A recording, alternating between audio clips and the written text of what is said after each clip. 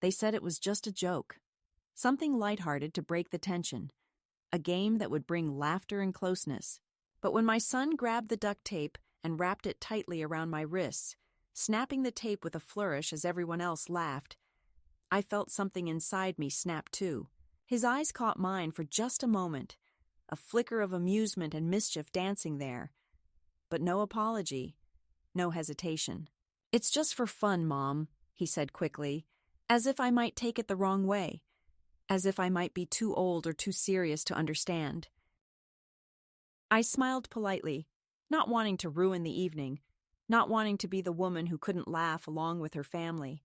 But as the tape clung cold and tight around my hands, as I sat there feeling the sting of humiliation masked by a forced smile, I knew this night would mark a turning point. I was 74 years old, a woman who had once spent her life surrounded by books as a librarian, who had patiently read to generations of children, who had nurtured and guided, who had been a mother and grandmother, the heart of my family's story. But tonight, I was something else entirely. A prop in a game I never asked to play, a quiet prisoner in the house that was supposed to be my home, a woman whose presence was tolerated only as long as it served someone else's amusement. Now I live alone, in a small apartment above a modest flower shop in Cleveland. The place is quiet, sometimes too quiet, but it is mine. I keep the windows open when the spring comes, letting in the scents of lilacs and fresh earth, and I talk to the old spider plant on the windowsill as if it were a friend. My hands still remember how to hold a book with care, how to turn pages slowly so as not to tear them. But they also remember the cold tightness of that tape, the helplessness that comes when your body is bound and your spirit feels even more so. I did not speak of that night for a long time. The memory sat quietly inside me, like a folded letter I was too afraid to open, too afraid to let the words out. There were other nights before that, moments when the laughter in the room was never meant for me, when I was the invisible woman in the photographs, the voice that was spoken over, the presence that could be easily forgotten. But nothing cut as deep as that night when my son, the boy I had raised and loved, tied my hands as a joke and left me there while the game went on without me. I had thought, perhaps foolishly, that the years would bring us closer, that the wrinkles on my face and the gray in my hair would be badges of honor, tokens of a life lived well and with kindness. Instead, I was a punchline. I was a secret kept behind polite smiles and hushed tones. Even my grandchildren, whose cheeks I had kissed and whose scraped knees I had bandaged, laughed when they saw me tied up, as if I were a clown in a circus act, rather than the woman who had baked their birthday cakes and stayed up late helping with homework. The house that had once been filled with warmth and stories now felt cold and sharp, like a room I had entered by mistake and could not leave. My son's laughter was loudest of all, ringing in my ears long after the game had ended and the guests had gone home. That night, after the others had gone to bed, I sat on the edge of the living room couch with my hands still bound, wondering when I had last felt truly seen. I thought about the years of quiet sacrifices, the meals cooked without thanks, the nights spent worrying about everyone but myself. I thought about the ways I had folded myself small to fit into the roles expected of me. The dutiful mother, the doting grandmother, the woman who never made waves. And I realized, with a sudden clarity that frightened me, that I was no longer willing to be invisible. The tape around my wrists was a symbol, yes, but the true binding was the silence I had agreed to keep for so long. I unwrapped the tape slowly, feeling the sting on my skin, and promised myself that this would be the last time I let someone else control my hands, my voice, my life. In the days that followed, I moved through my routines with a new awareness, the warmth of the morning sun on my face, the scent of freshly brewed coffee, the gentle hum of the city waking up outside my window. All of it felt sharper, more vivid. I began to see the small acts of kindness I had overlooked. The florist downstairs who always saved me the last violet bouquet, The barista who remembered my name and my order without asking. The neighbor who waved whenever I passed by. These small connections, fragile and tentative, became the threads of a new tapestry I was weaving for myself. I was no longer tied down by the expectations of a family that had forgotten to see me. My story is not one of grand escapes or dramatic confrontations. It is the quiet unfolding of a woman reclaiming her dignity, her autonomy, her right to be heard and to belong on her own terms. The night my son tied my hands as a joke was the night I began to untie the knots inside me, the years of neglect and dismissal, and learn how to stand tall again. It has been a journey marked by small victories and deep wounds, by moments of loneliness and unexpected joy, by the steady rebuilding of a self that had been buried beneath layers of silence and compliance. So, this is who I am now. A woman who has learned that hands meant for holding others must sometimes hold themselves first. A woman who has discovered that it is never too late to say no to being a joke, to being overlooked, to being silenced. A woman who waits no longer for permission to live fully and freely. And if you find yourself in the shadows of someone else's game, know this: your hands are yours. Your voice is yours. And you have the power to untie yourself, one quiet step at a time. The moment I realized that the evening was no longer just a game, no longer just laughter and shared stories, but something far more painful, came slowly, like a shadow creeping in around the edges of a well-lit room. It began with a glance from my son that was no longer playful, no longer warm, but cold and distant. After he wrapped the duct tape around my wrists and secured it firmly, he stepped back with a smirk that made my heart tighten. The others laughed. The children giggled. And for a moment, I tried to laugh too, to be the good sport, to be the mother and grandmother who never made a fuss. But inside, a quiet storm was gathering. They didn't hurry to untie me. The tape stayed wrapped tight. The game went on without me, as if I were an obstacle or an afterthought rather than the woman who had spent decades holding this family together. I watched as cards were dealt, dice rolled, and jokes cracked. But none of those moments were for me. I was a spectator, trapped in a seat no one cared to share.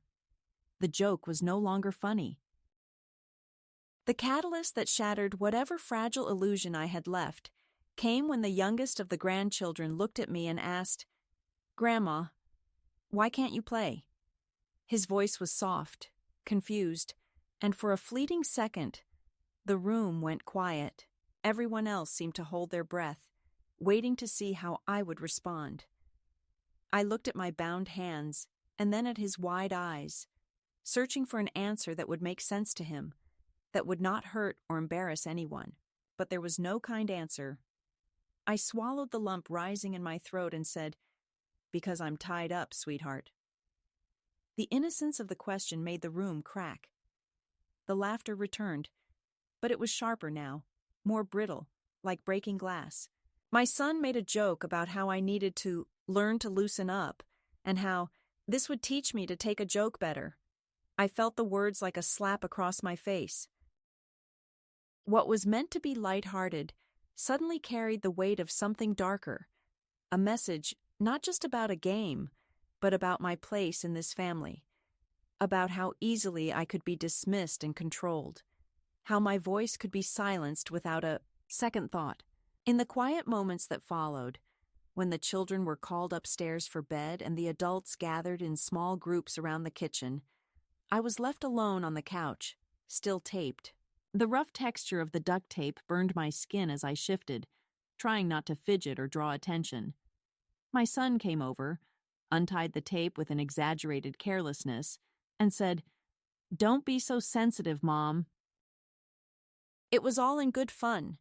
His words echoed hollowly in the room. I wanted to tell him that fun was not something that left me feeling powerless, humiliated, and invisible. But I swallowed my pride and nodded, because I had learned long ago that speaking up often meant being shut down.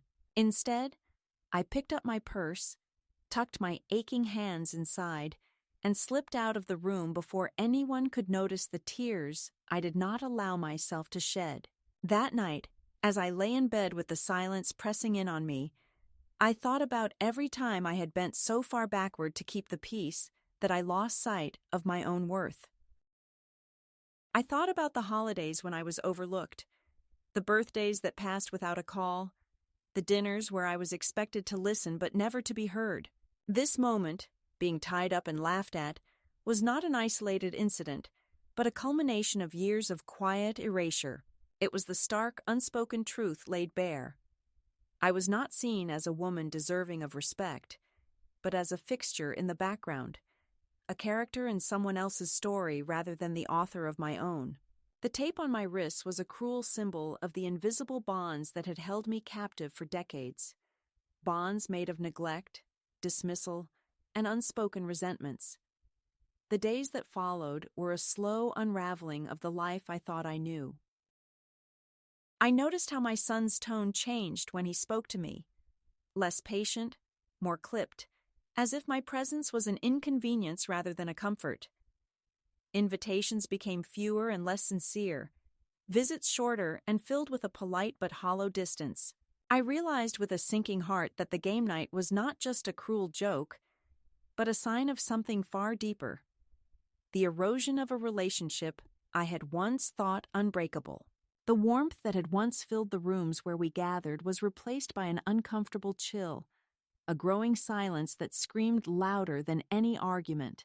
It was as if I had become a ghost in my own family's life, visible only when it suited them, tied up and ignored the rest of the time.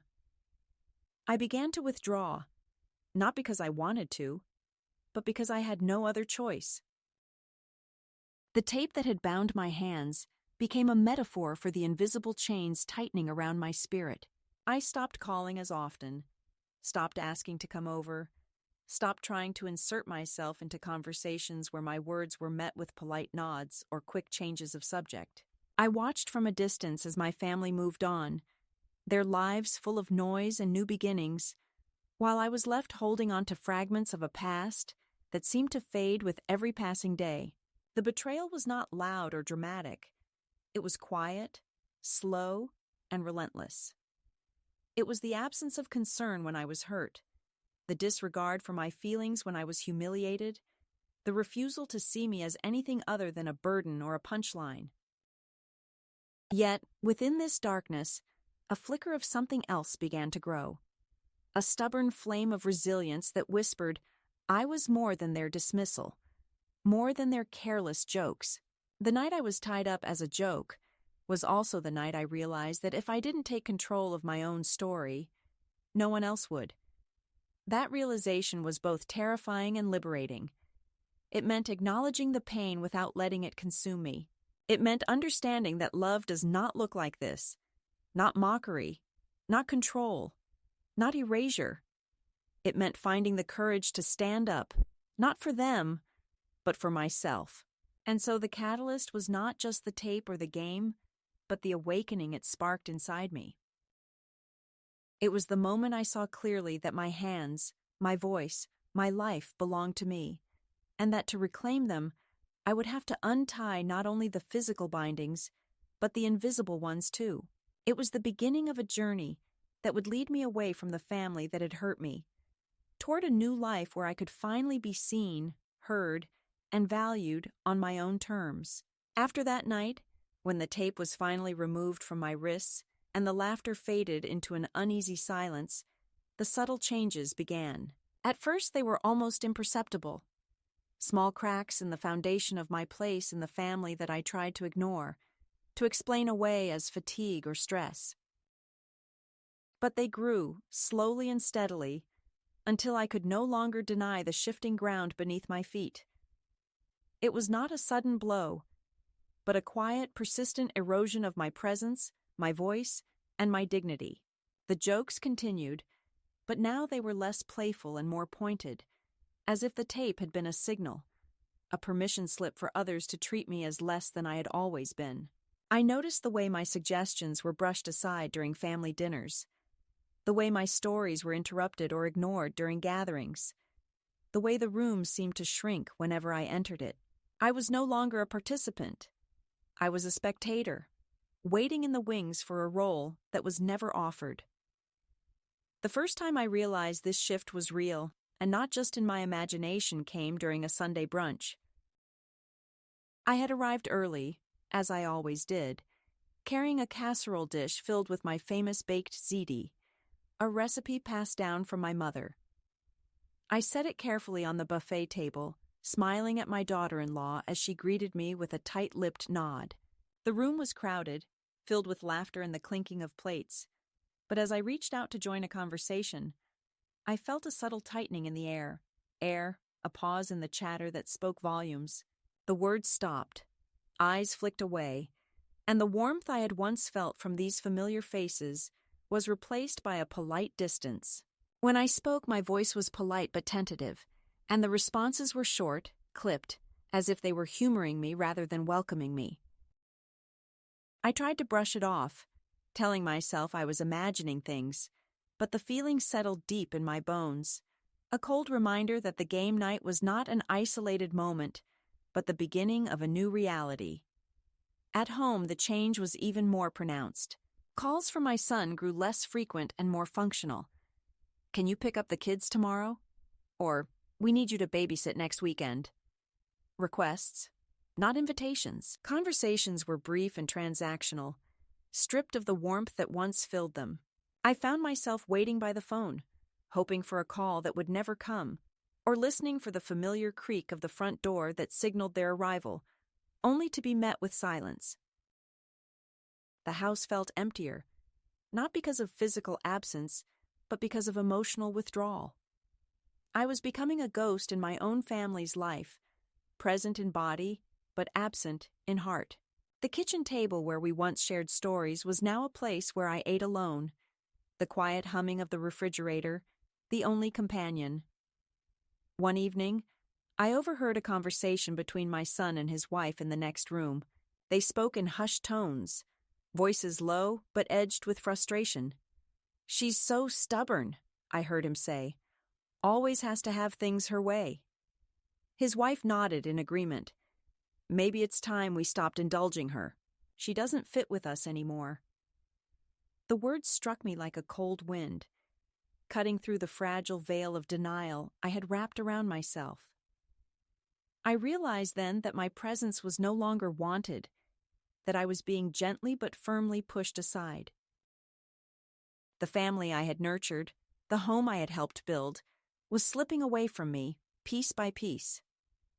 Despite the growing distance, I clung to the routines that gave me a sense of stability. I kept the garden tidy, watered the plants, and cooked meals that sat untouched on the table. I took walks around the neighborhood, trying to find solace in the familiar streets and the faces of neighbors who smiled kindly but did not ask questions. I found comfort in the small acts of care I gave myself. The warm cup of tea in the morning, the quiet moments spent reading a book, the slow, deliberate practice of knitting scarves that I never finished. These were my anchors in a sea of change, reminders that I was still here, still whole, even if those closest to me had begun to look through me rather than at me. One afternoon, I received an invitation to a family gathering, a birthday party for one of my grandchildren. The card was formal, unsigned, and left at my door. I knew who it was from. The message was clear. "You are welcome, but only on our terms."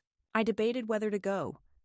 I wanted to be part of their lives, to be seen and acknowledged, but I also feared the humiliation that might await me.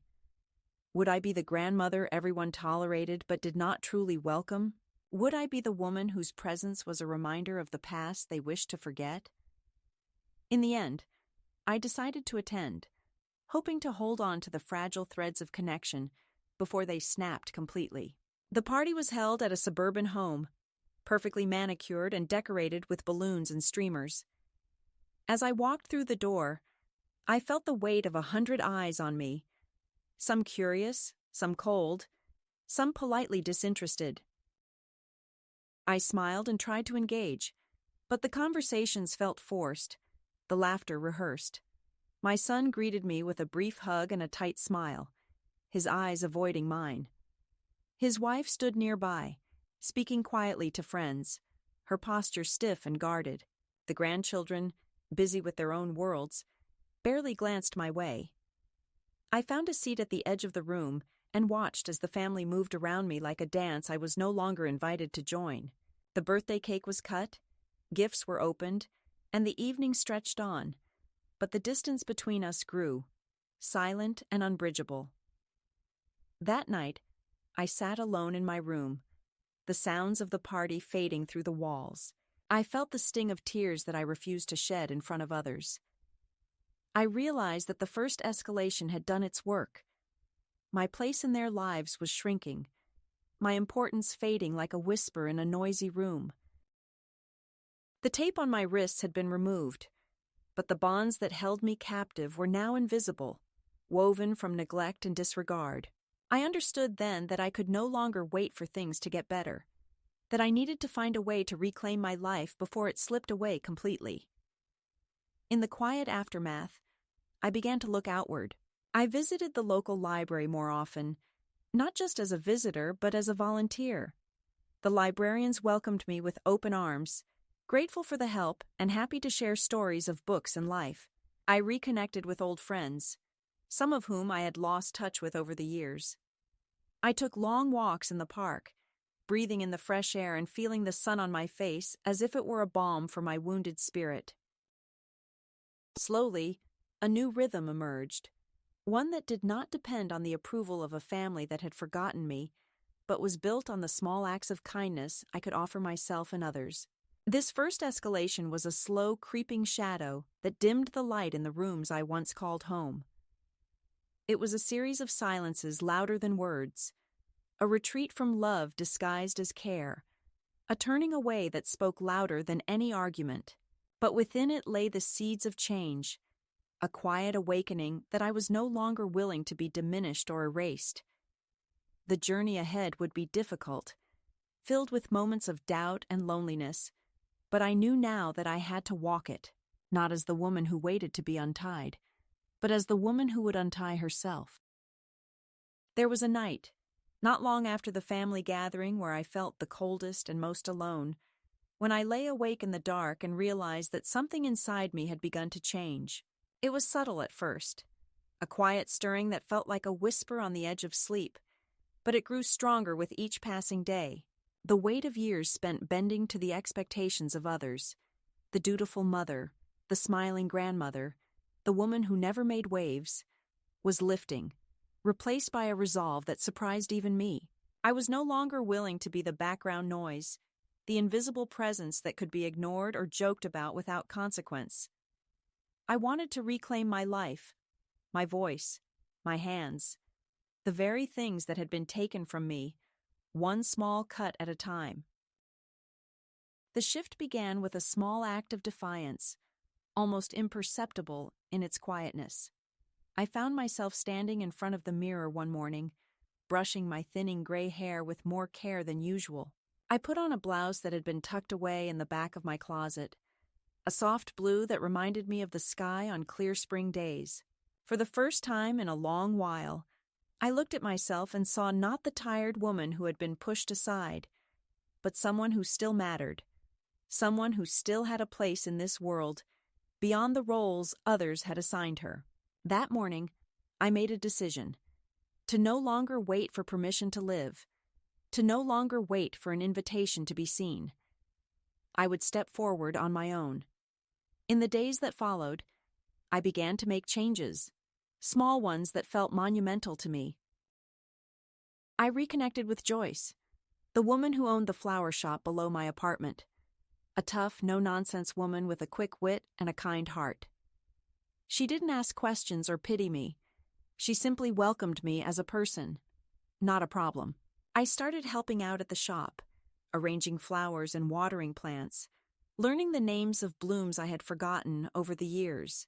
The scent of fresh petals and damp earth filled the air, and for the first time in a long time, I felt rooted, alive. Joyce was not family, but she became my chosen companion, someone who saw me as I was and didn't try to fit me into a mold. With Joyce's encouragement, I applied for a job at the local library. It was a place that had always felt like home, a sanctuary of stories and knowledge, a refuge from the noise of the world. I was nervous at first.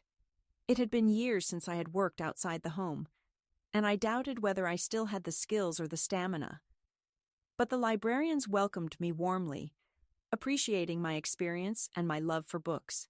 I began volunteering, shelving books, helping patrons find what they needed, sharing stories with children during story time. Each day I felt a little stronger, a little more confident. The library was more than a workplace. It was a place where I reclaimed a part of myself that had been buried beneath years of neglect and dismissal. One afternoon, as I was closing up the shop with Joyce, I found myself standing before the bulletin board where community notices were posted. Among the usual flyers for yoga classes and neighborhood meetings, there was a small handwritten note. Room for rent. Quiet lady preferred. Private bedroom. Near bus stop. No drama. It was a simple ad, but it felt like an invitation, a door left slightly ajar for someone like me. I called the number and arranged to see the room. The woman who answered the door was cautious but kind. Her house was old and a little worn, but it had a warmth that spoke of lived-in comfort. She introduced herself as Joyce, different from my flower shop friend, and showed me the small but cozy room at the end of a creaky hallway. The sunlight spilled through the window, bathing the space in a soft glow that felt like hope. Moving into that room was a quiet act of rebellion. It was my way of saying I belonged somewhere, that I was not a burden, but a person deserving of a home. I unpacked slowly, placing a few cherished items on the dresser: a photograph of my late husband, a well-worn novel I had never finished, a knitted scarf I had made long ago. The act of arranging these things was a reclaiming of space, a declaration that I was here and I mattered. I began to settle into a new rhythm. Mornings at the library or the flower shop, afternoons walking the neighborhood or tending to my new home, evenings reading or knitting by the window. It was a life not shaped by others' expectations, but by my own choices. This shift was not without its challenges. There were moments when the loneliness pressed in, when memories of the family I had lost seemed to haunt the quiet rooms. But there were also moments of unexpected joy: a shared cup of tea with Joyce, a smile from a stranger in the park, the gentle laughter of children during story time. These small connections became the threads of a new tapestry I was weaving, one that was fragile but real. I began to understand that freedom was not a grand event, but a series of quiet moments, each one a step away from the past and toward a future I could shape for myself. The navy wool coat I bought one crisp autumn day became a symbol of this new life. It was warm and solid, with deep pockets that felt like holding possibilities. When I put it on, I felt a flicker of pride, a reminder that I was still capable of choosing for myself, still worthy of care and respect.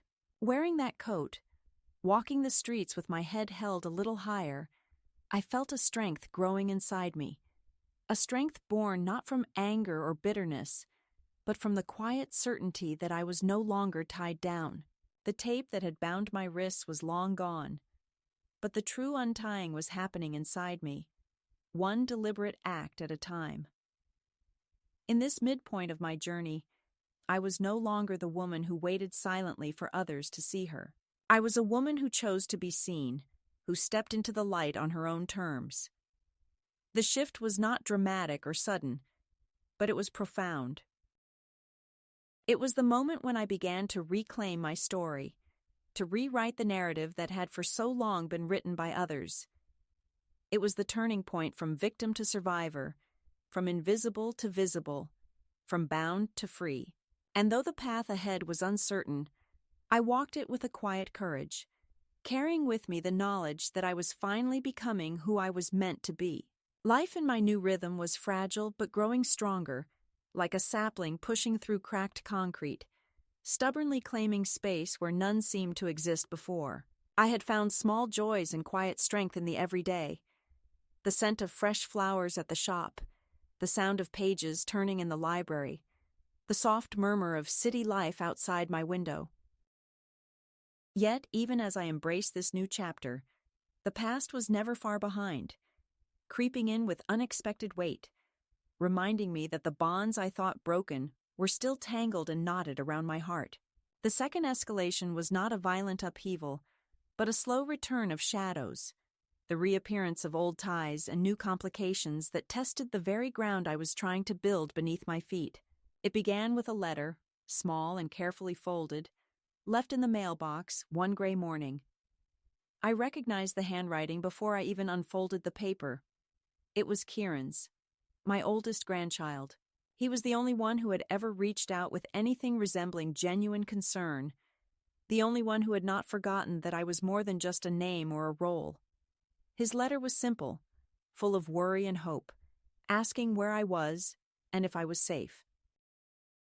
He told me that his parents were frantic, that they had said I had disappeared, that no one had heard from me. There was a tenderness in his words, an honesty that broke through the cold walls I had built around myself. I read the letter twice, the edges of the paper softening with each fold, and then I carefully tucked it away without responding. I was not yet ready to reopen the door they had slammed shut. Days later, Lisa, my daughter-in-law, appeared. Not in a letter, but in person.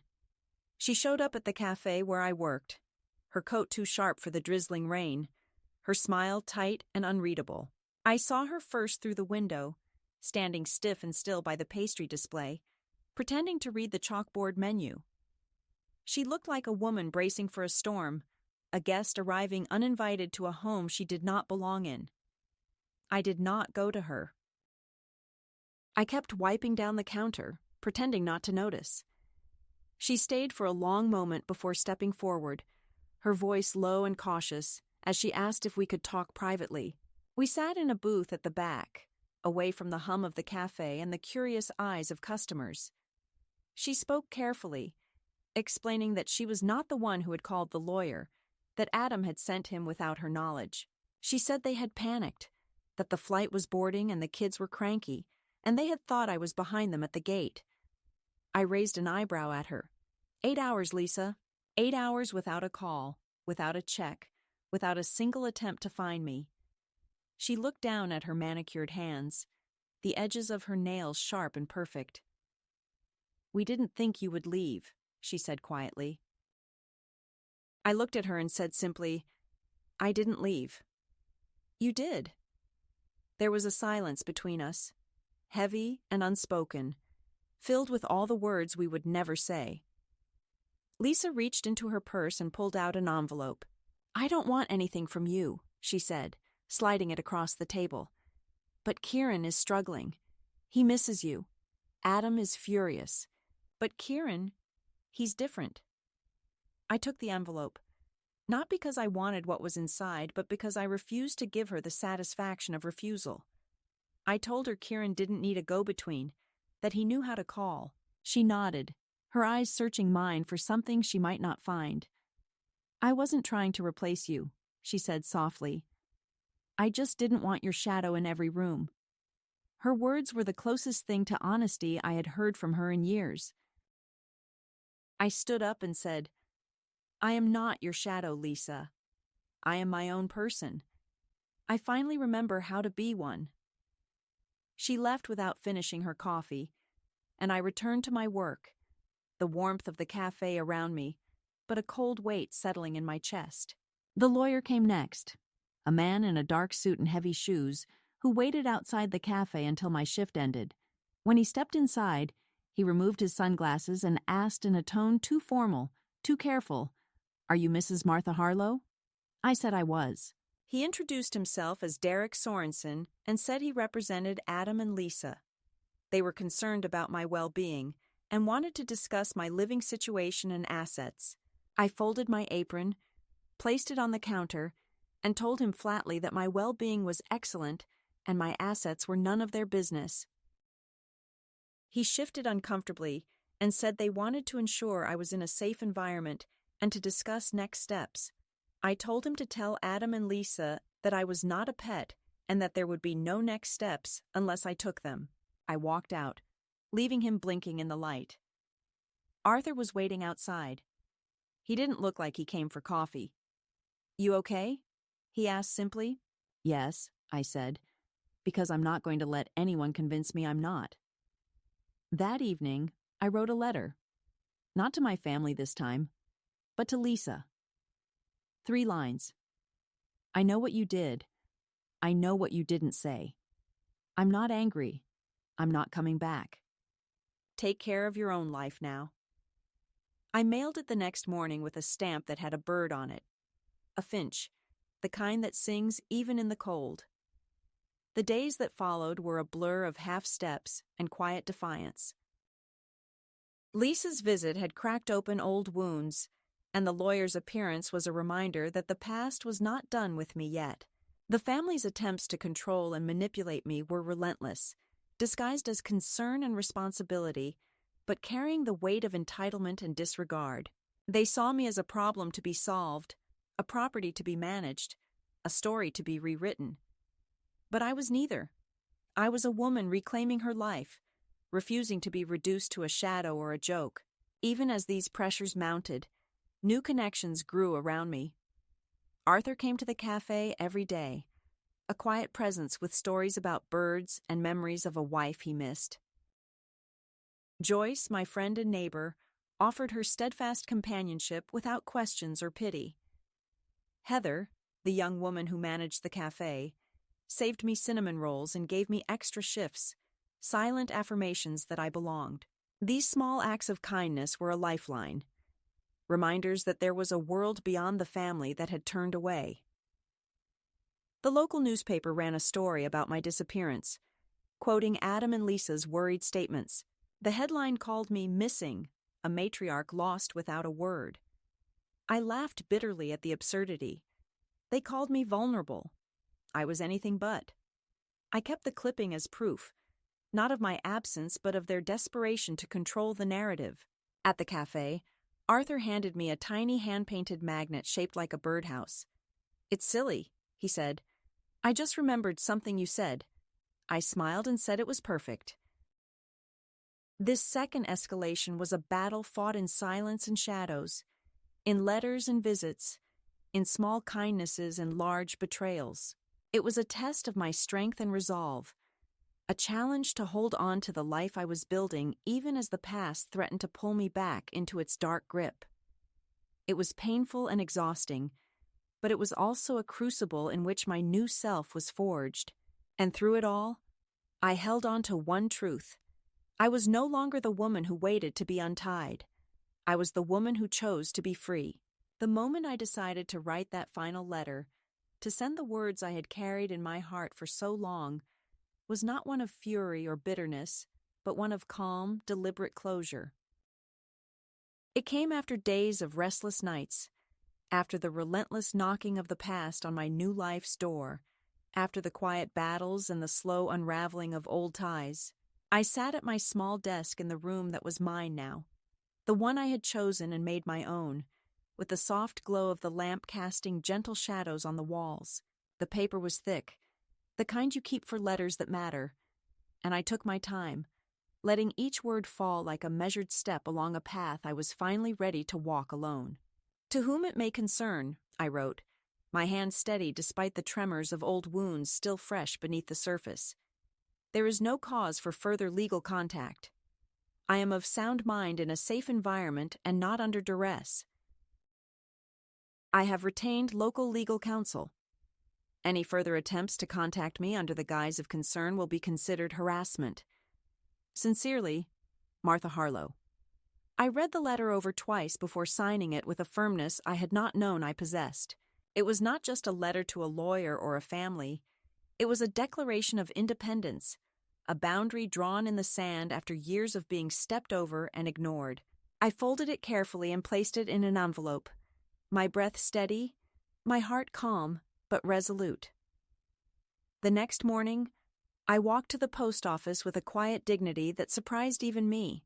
The clerk behind the counter smiled kindly when I handed her the envelope. "Going somewhere special?" she asked. I shook my head and said, "Just sending something important." The stamp I chose was a simple finch, a small bird known for its resilience and song even in the coldest seasons. I handed over the letter and watched it disappear into the mailbox, carrying with it the weight of years and the hope of freedom. That same day, I penned another letter. Not to the lawyer, not to Adam, but to Lisa. It was brief and to the point, the kind of letter that needed no flourish or apology. "I know what you did. I know what you didn't say. I'm not angry. I'm not coming back. Take care of your own life now." I sealed it with a quiet finality, feeling the heavy relief of letting go. The letter was not meant to punish or provoke, but to close a chapter that had held me captive for far too long. I sent it without expectation, knowing that whatever came next was no longer mine to control. In the days that followed, the storm I had anticipated did not come. There were no furious calls, no desperate visits, no pleas for reconciliation. Instead, there was a strange silence, a vacuum where the pressure had once been. It was as if by finally drawing the line so firmly, I had shifted the balance. The family that had tried to control me was forced to acknowledge that I was no longer theirs to command. And in that silence, I found a kind of peace. A peace not born of forgetting, but of choosing. My new life began to take on a steadier rhythm. I worked my shifts at the cafe with a quiet pride, the apron tied tight around my waist like armor. Heather, ever pragmatic and kind, handed me extra shifts without asking, her way of saying I belonged. Arthur came in each day, his presence a balm and a reminder that kindness and connection were still possible. We shared stories of birds and books, of past loves and lost chances, and in those moments, I felt the weight of loneliness lift, replaced by the fragile warmth of companionship. Joyce, my steadfast neighbor, remained my anchor. We spent evenings on the porch, wrapped in blankets, watching the moon rise and the city lights flicker below. One night, as we sipped lukewarm tea and listened to the quiet hum of the world settling down, she turned to me and said, "You know they're going to show up, right? Sooner or later." I nodded, the truth settling between us like a shared secret. "I know," I said softly. "And when they do, I'll be ready." That readiness was not born of fear but of strength. I was no longer the woman who waited to be rescued or recognized. I was the woman who had chosen herself, who had drawn boundaries and built a life on her own terms. The coat I wore on that porch, navy and worn just enough to feel familiar, was more than fabric. It was a symbol of my resilience, a shield against the past's cold fingers. The day they did come was not marked by grand gestures or dramatic confrontations, but by a quiet, inevitable reckoning. Lisa arrived at the cafe, her expression unreadable, her steps hesitant. Heather spotted her first, whispering to me as I wiped down the counter. The room seemed to hold its breath as Lisa approached, her eyes searching mine for a response I was no longer obligated to give. She asked if we could talk, and I nodded, gesturing to a booth at the back. We sat facing each other, the noise of the cafe fading into a distant murmur. Lisa spoke softly, her voice tinged with regret and exhaustion. She told me about the panic they had felt, the mistakes made, the fractures in their own lives that had spilled over into ours. She admitted that they had been wrong to treat me as an obstacle, that they had underestimated the strength it takes to walk away and the courage it takes to stay away. I listened, not with anger, but with a calm understanding that comes from having walked through fire and emerged tempered, not broken. I told her that forgiveness was not mine to give, that some wounds take time and some doors, once closed, do not open again. I told her I was no longer the shadow they could cast aside, or the safety net they could pull back when convenient. I was a woman who had learned to stand on her own, who had found freedom in the silence they had once used to bind me. Lisa nodded, tears glistening in her eyes, and for a moment, we shared a space of fragile truth. Then she left, leaving behind a quiet promise to try and see me not as a problem, but as a person. That night, I stood by the window in my small room, the city lights twinkling like distant stars. I thought of the journey I had taken, from the tape that bound my hands to the letters that set me free. I thought of the friends I had made, the life I was building, the woman I was becoming, and I felt a deep, steady peace settle over me, a peace born not of reconciliation with the past, but of acceptance and self-love. I placed the final letter in the drawer, tucked beneath the old recipe cards that held memories of love and loss. I knew that life would continue to bring challenges, that the past might still reach out in unexpected ways, but I was no longer afraid. I had tied myself to a new future, one where my hands were free to build, to hold, and to heal. And that, more than anything, was my triumph, the unbinding of a spirit that refused to be silenced. The days that followed the final letters brought with them a calm I had not known in years, a stillness that was both unfamiliar and deeply welcome. The storm of voices demanding my attention, the harsh glare of expectations and disappointments, had faded into a quiet hum at the edges of my life. For the first time in a very long time, I woke up each morning not weighed down by the burden of others' judgments or the heavy chains of obligation. I was no longer waiting for a call, a visit, an apology, or a sign that I still mattered. I was simply living, in a way that was fully and entirely my own. The apartment above the flower shop became a sanctuary, a place where I could be fully myself without fear of interruption or dismissal.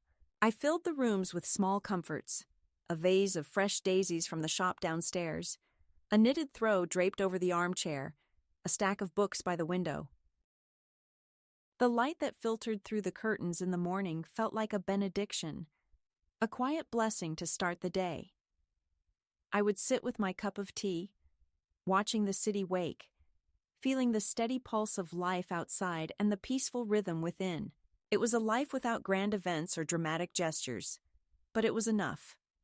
It was mine.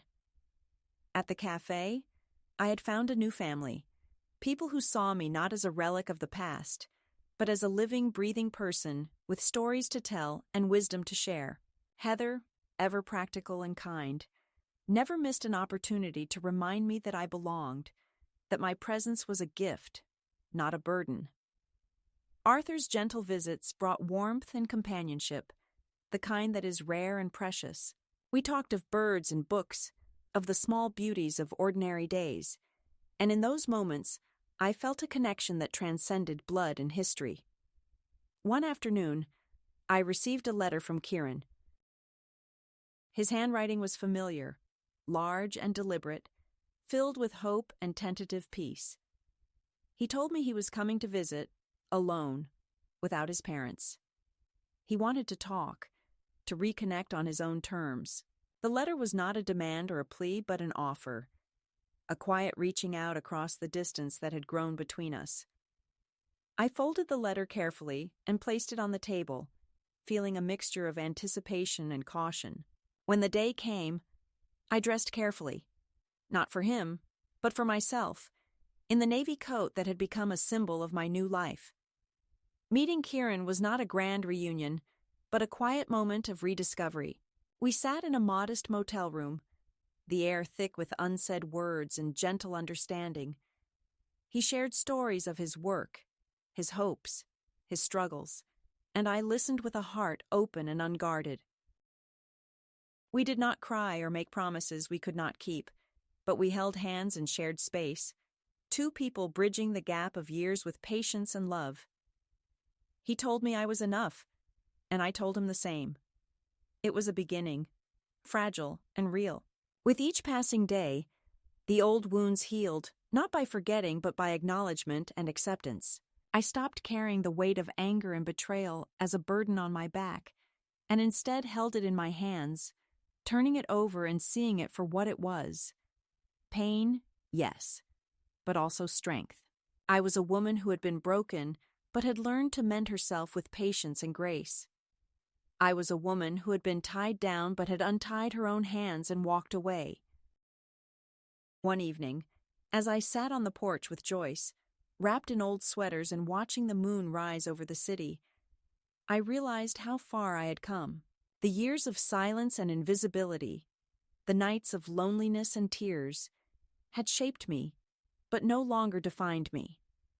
I was no longer waiting for life to happen to me. I was living it, on my own terms, with quiet joy and steady hope. I knew the family I had left behind might never fully understand, might never truly see me as I was, but that no longer mattered. What mattered was the life I had chosen, the life I was building, day by day, moment by moment. Before I closed the door on that chapter, I wrote a letter, not to my family or my lawyer, but to myself. I placed it inside my dresser drawer, tucked behind the old recipe cards that held memories of love and loss. The letter read, "Dear me, you waited so long for someone to save you. You forgot you were always the one holding the key. You didn't lose them. They let go. And you finally let go back. And look at the life that opened. Well done. Love me." It was a quiet testament to the journey from silence to voice, from bondage to freedom. And so this is where my story rests now, not in the past shadows, but in the light of a life reclaimed. If this story finds you at the right moment, know this: it is never too late to choose yourself, to untie your own hands, to step out of the shadows and into your own light. You do not need permission or apology. You only need the courage to begin. And when you do, come back and tell me. I'll be here, waiting with open arms and a warm cup of tea.